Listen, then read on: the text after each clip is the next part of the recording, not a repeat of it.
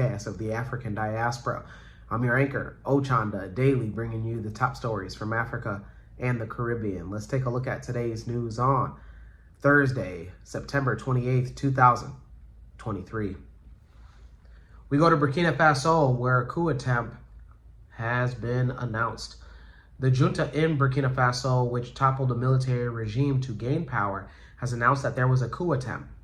In a statement, the junta said that an attempt by some army officers to seize power and plunge the country into chaos was thwarted. Investigations say that there was a dark intention of attacking the institutions of the Republic of Burkina Faso and plunging our country into chaos. Officers and other alleged actors involved in this attempt at destabilization have been arrested, and others are actively sought. The military government said that it would seek to shed all possible light on this plot, adding that it regretted that those officers whose oath it is to defend their homeland had strayed into an undertaking of this nature. It said while 4 people had been detained, 2 are on the run. The junta came into power after 2 military coups last year, triggering in part by a worsening insurgency by armed groups linked to Al-Qaeda and the Islamic State.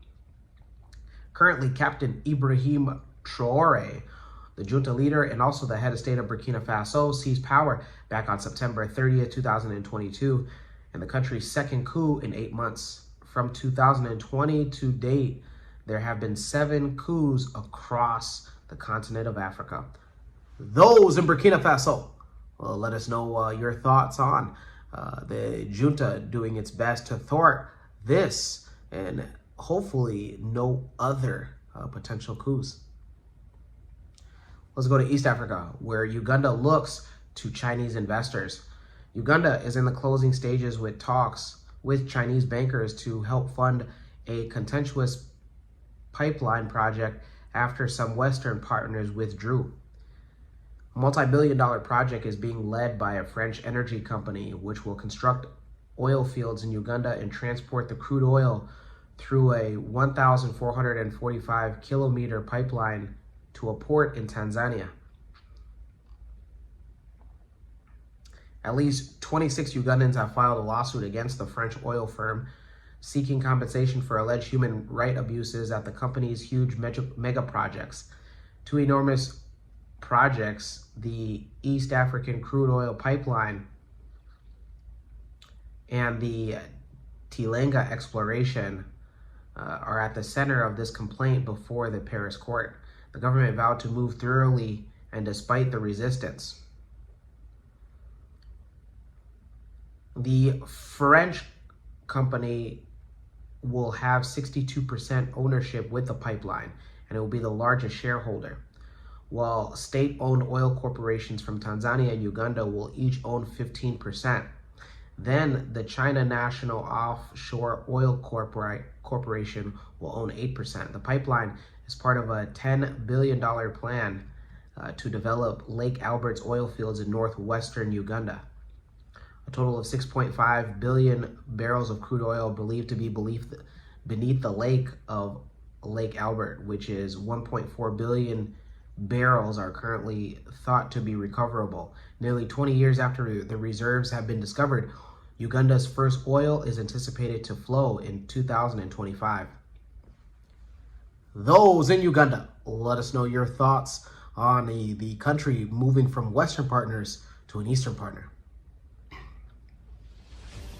Let's go to Southern Africa, to Eswatini, where they're gearing up for a party-less election. Tomorrow, legislative elections will be held in the Kingdom of Eswatini, the only country in Africa to have an absolute monarchy. Political parties are not permitted to run in the elections, as the Constitution places a strong focus on individual merit as a standard for choosing parliament members. The 59 members of the lower house of parliament will be chosen by registered voters that total over 500,000.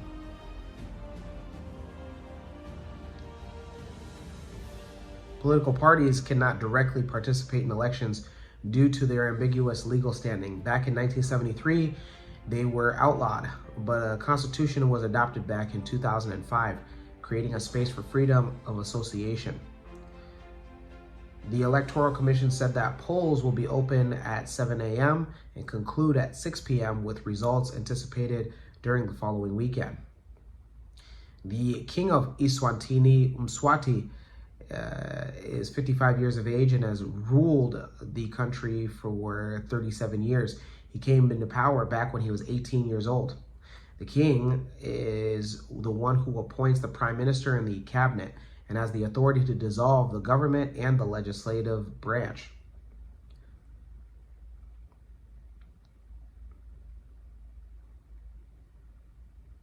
Back in 2018, the king Mswati changed the name of the nation from Swaziland to Eswatini, meaning land of the Swazis, to commemorate its 50th year of independence.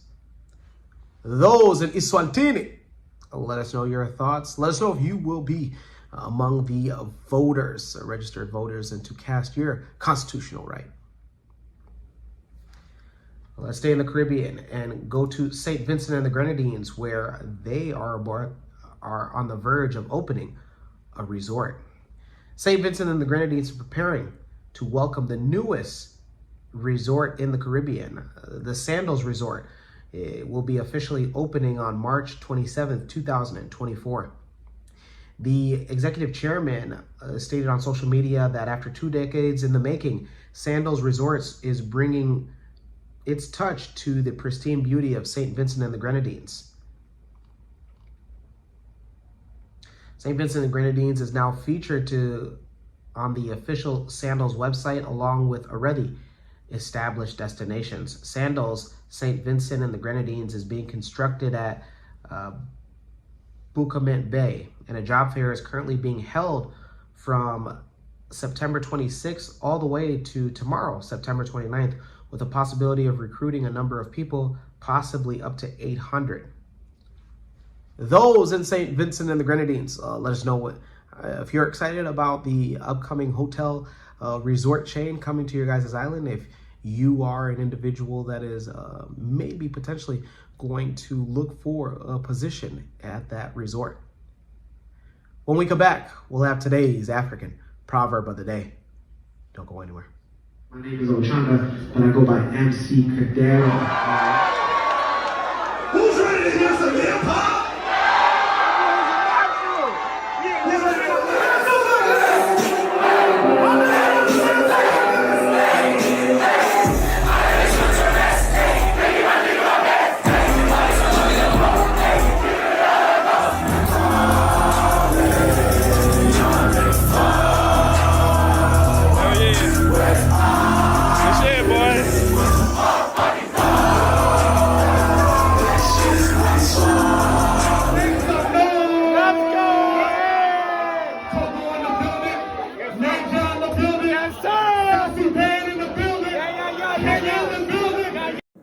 For baby showers, birthdays, weddings, visit www.mccadero.com, the official website of the #1 MC in the game.